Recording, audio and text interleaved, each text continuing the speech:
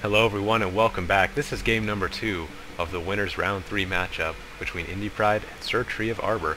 The map, speak of the devil, is Numazawa, and that was chosen by Sir Tree of Arbor, which I said that Indypride would probably do well on, but I'm sort of starting to rethink that. But I have so much to talk about in the beginning of this map that I'm glad they picked this one, because it usually takes a long time for the sides to reach each other. First I'll hit on the army setups. Sir Tree of Arbor is essentially unchanged, but he does have 2 match locks now, which could be huge. Got the bow hero, of course, Yari spear wall in the front, and a little bit of cavalry, 2 great guard, maybe sensing his weakness in the last battle and bringing some cavalry to help reinforce that. Indypride's brought some bow cavalry. He is also bringing a Yari spear wall corps. Got some elite ones up front and a few fresh ones in the back. But with just the cavalry being 1 or 2 great guard, just like it looks like it's just 1 and 2 bow cavalry, so that'll be interesting. But Numazawa has a lot of different ways to think about it, especially it's going to depend on who is the attacker. In the last map, it might have been a bad choice for Indypride to choose Numazawa. Attacking on this map would be very good for a Yari Spearwall Corps, especially one that brings a bow hero, because he could just sit on one of these waterways and just be able to dare you to attack him with his bow hero. On offense, though, I don't know if this was the best choice for Tree of Arbor, seeing as he's going to have to attack Indypride, and Yari Spearwall Corps aren't great for attacking because they're so slow. On the other hand, it might not have been a bad choice, because this bow hero will be so good at luring Indypride out and get him to run into his spear wall and fight on Tree's terms. So this battle will go anyway. It's going to come down to the missile units, I think. If Tree can bait Indypride into a bad attack, it'll be great. And actually both sides have the Yari Spear Corps going on, so actually it depends on which side can bait who into an attack. The bow hero on Tree being powerful for that, and the 2 matchlocks, come to think of it, against the 2 bow cavalry of Indypride. Very interesting to see how this turns out in the early stages of this battle. There's also 2 bow warrior monks, I guess I should have mentioned too, so the skirmishing battle will be very interesting here. The bow warrior monks will have to hold off these matchlocks so they don't get any good shots off, especially into the bow cavalry. It's got to keep that bow cavalry alive and win the skirmish duel. And there's also a bow samurai here that I didn't see for Tree of Arbor, so the skirmish battle is going to be extremely important for this, because that's going to set the stage for the infantry battle. I know a lot of times missile units do kind of get overlooked, and even in the face of 2 Yari corps, it's going to be the support, I think, that's going to win this battle, the support being the missile units. So you can't just be thinking of, oh, I'm an infantryman, I just like infantry, because a lot of times missile units depend on, they decide who controls the field and who will have to attack the other, which, when you're using a Yari Spear Corps, who attacks who is a very relevant piece of information. Matchlock's being very bold here and just running right up to the front, way far away from any kind of support. Though the Great Guard is coming to support him, moving fast, will the bow cavalry maybe take the bait? This could be huge for Tree. If he gets a shot off, he could mow down a lot of bow cavalry, and the Great Guard could wear him down, but not going to get a single shot off, and the bow cavalry is just going to go right into the matchlocks and maybe rout them. Both matchlocks are down to about half strength. There goes one broken. One is wavering. And so, was that a good trade-off for Indypride? We'll have to see. There go the matchlock Ashigaris. He does have his bow warrior monks left. And this is it's just going to be who does better here. There is no army with a straight-up advantage. It's just going to be who plays better. Tree is running up now. Indypride needs to get into a good defensive position, because it looks like Tree intends to attack, just by the way he's moving.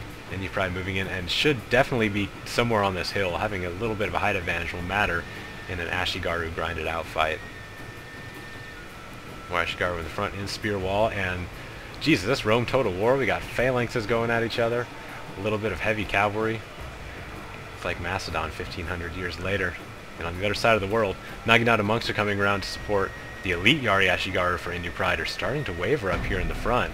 Didn't do a whole lot of damage, so if they go early, every unit that routes would be a big deal. And the Naginata monks are going to be able to take this great guard charge and cut that off. Very big there. Bow monks are in good position on the high ground, though the trees are there to block them. And now it's just down to individual valor whose Yari Ashigaru will come out with the win, because the great guard, well, they did pull out here for Tree. Indypride has one going way around the back, so the cavalry is going to be huge here. Who will they hit? Will they go into the bows first, or will they go straight for the infantry, or maybe for the general? We'll have to see what Tree decides here. Going up the hill, moving rather slowly, because this is a pretty steep hill. I would think if I were Indypride, my cavalry would be going right here into this big clump. We'll see where he decides to go. Spreading out nice and thin and going into the general. the other one going into the infantry line. We'll see if this will be enough to take out the general. Where's Indypride's cavalry going to go? Spread out nice and wide and hit that big chunk. That's what I'm expecting. And they're turning, though. Going into the general. Both sides are hitting the general. We'll see how both sides generals are at about even strength, though. That big charge there means that Tree has 10 men left in that unit. The general unit, that is. Indypride's still at 15. He's not really in danger anymore, though his center is starting to collapse, so he's got to kill that general quickly. And where's he at? Looks like he's still alive with 8 men. If he kills the general, that has big implications for the Yaris, but it looks like the Great Guard that made it there first with Tree is going to decide the battle because his right is just completely collapsed and his left is about to as well. So it looks like Tree is going to stand tall in the face of that Great Guard attack. I think if I were him, I would have had one good charge into that Yari wall before going into the general, because that could have totally changed the battle completely. And unfortunately for Indy, it looks like Sir Tree is going to be the one pulling this out as his units are starting to collapse, but did quite a bit of damage himself. 2 pretty close games, but that will be the sweep for Tree, and it looks like Indypride's going down to the loser's bracket after this one, but what a good run in the winner's bracket it was.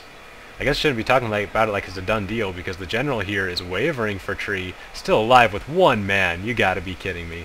Indypride must be just pulling his hair out. I hate when that happens.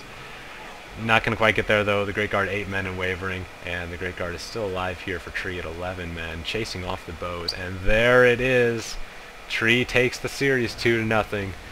A very interesting battle, evoking images of Rome Total War, so I'll see you back on the main menu. Well, you don't expect to see that kind of battle in a game like Shogun. You expect to see sword-wielding katanas and stuff like that, but seeing a Greek-style phalanx thing with a couple heavy cavalry, I mean, that's exactly like, you know, what you see out of a Macedonian army back in something like Rome Total War. So very interesting to see and very unique. And what's interesting is they both deployed the exact same number of men too. So I mean, what else can I say? It's just a nice grinded out Yari-Ashigaru battle. Came down to the companion cavalry there trying to make the flank off. Tree got there a little sooner and had more cavalry to work with. If Indypride had 2 Great Guard there, just even a light cavalry or something could have been totally different. Just so close. Very close battles from 2 great players. Both deserve their spot there in the top 8, but it's going to be Tree moving on and being in the top 4, the winner's bracket semifinals. So wish the best of luck to both of these players. Thanks for watching, everybody. I'll see you in the next match.